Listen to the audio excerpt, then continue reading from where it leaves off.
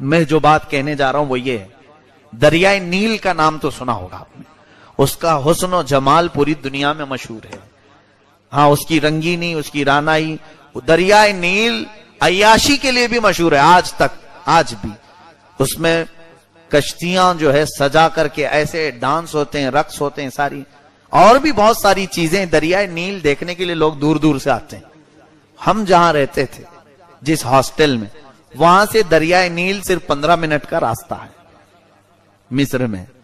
اور بہت دنیا کی سب سے بڑی لمبی دریا کا نام، ندی کا نام ہے دریائے نیل. حضرت بھی اسی ہاسٹل میں 3 سال گزار کر گئے، اور جب 40 سال کے بعد آئے تھے یعنی 2009 میں، حضرت کی بصارت، آنکھوں کو کمزوری لاحق تھی، دیکھ نہیں پاتے تھے. تو کار میں بیٹھے ہوئے ہم گزر رہے تھے، دریائے نیل کا برج آیا. تو میں نے عرض کیا کہ حضرت ہم دریائے نیل کے اوپر سے گزر رہے ہیں. چلتے چلتے ہم بتا دیتے کہ ابھی قریب میں یہ چیز آئی، وہ چیز آئی. تو حضرت کو ہم نے بتایا کہ یہ دریائے نیل کے اوپر سے ہم گزر رہے ہیں.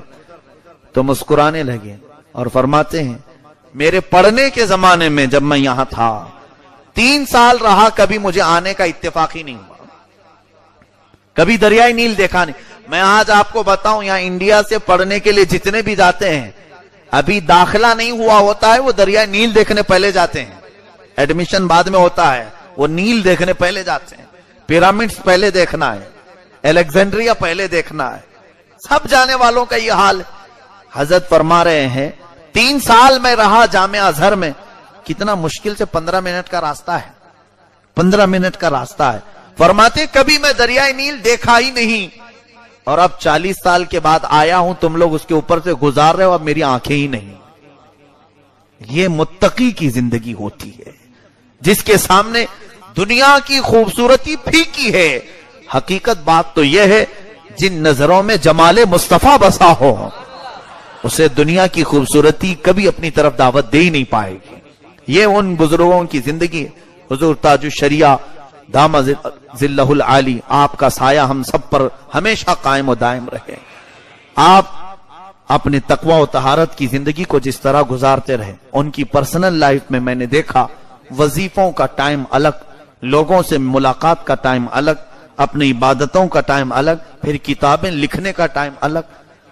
آخری عمر تک آنکھیں جا چکی تھی، دیکھ کے پڑھ نہیں سکتے تھے. اس زمانے میں آپ نے تقریباً 12 یا 14 کتابیں لکھی ہیں. کیسے؟ ان کے داماد بیٹھے ہوتے، میں بھی بیٹھا ہوں لکھنے میں، اور آج ان کے پوتے داماد مولانا عاشق صاحب میرے ساتھیوں میں سے.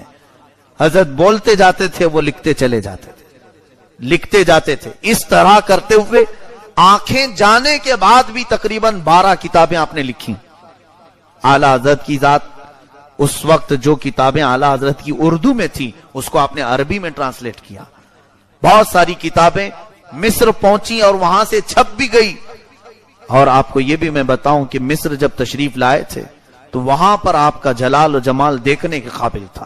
علماء مصر جو جامعہ ازہر کے اساتذہ ہیں، وہ جلدی کسی کو بھاؤ نہیں دیتے، دنیا کے بڑے علم والے سمجھے جاتے ہیں. جامعہ ازہر میں پڑھا رہے ہیں، وہ بہت اونچے لوگ ہوتے ہیں، وہ جلدی کسی کو ملنے نہیں آتے.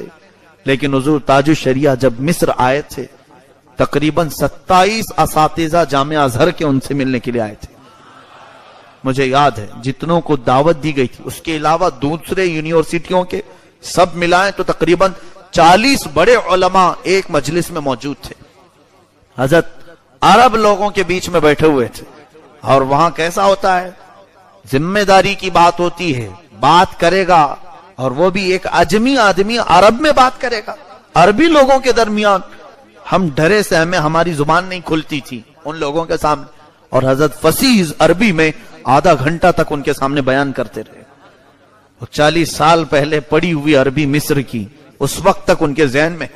جب بولتے گئے وہ اساتذہ جو جامعہ ازہر کے، وہ اش کرتے رہے. اس کے بعد مصر کا ایک طریقہ ہے، اب جیسے یہاں کیسے کوئی بھی آئے بیان کرے اور چلا جائے، وہاں مصر میں ایسا نہیں ہوتا. بیان کرنے کے بعد مقرر کو بیٹھاتے ہیں، بیٹھو، جو بیان کیے نا اس میں کچھ سوالات ہیں، ہم سوال کریں گے، آپ جواب دو. وہاں کا قانون ایسے ہی ہے، طریقہ ہے، کوئی بھی بول کے بھاگ نہیں سکتا. یہاں تو کچھ بھی بولو اور چلو جاؤ. لوگ سب سننے کو تیار ہیں. وہاں ایسا نہیں ہوتا. مقرر کو بٹھاتے ہیں, بیان ختم ہونے کے بعد اسے 15 منٹ یا آدھا گھنٹہ دینا پڑتا ہے.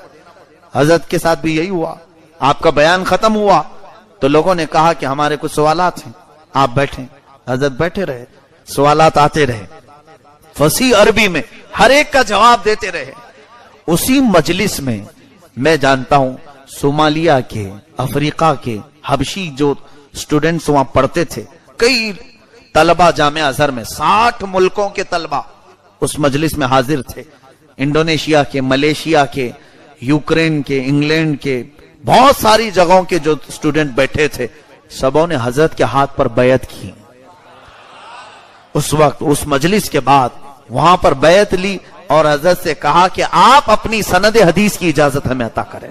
اس پوری مجلس میں علماء پر ایک ہی رعب طاری تھا.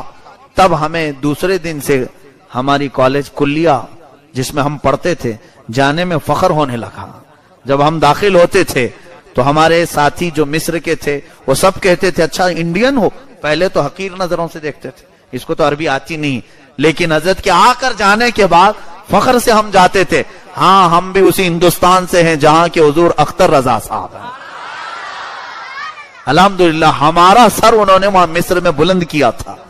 ہمیں کبھی کبھار کلاس میں کھڑا کرتے تھے استاد اور لوگوں کو یہ بتاتے تھے, جانتے ہو یہ ہندوستان سے آئے ہیں جہاں سے حضور تاج الشریعہ آئے تھے, جن کی مجلس میں ہم بیٹھے تھے. ان کے آنے کا دورے کا پورا یعنی روداد مصر کے عربی اخباروں میں چھپی تھی یہ باتیں.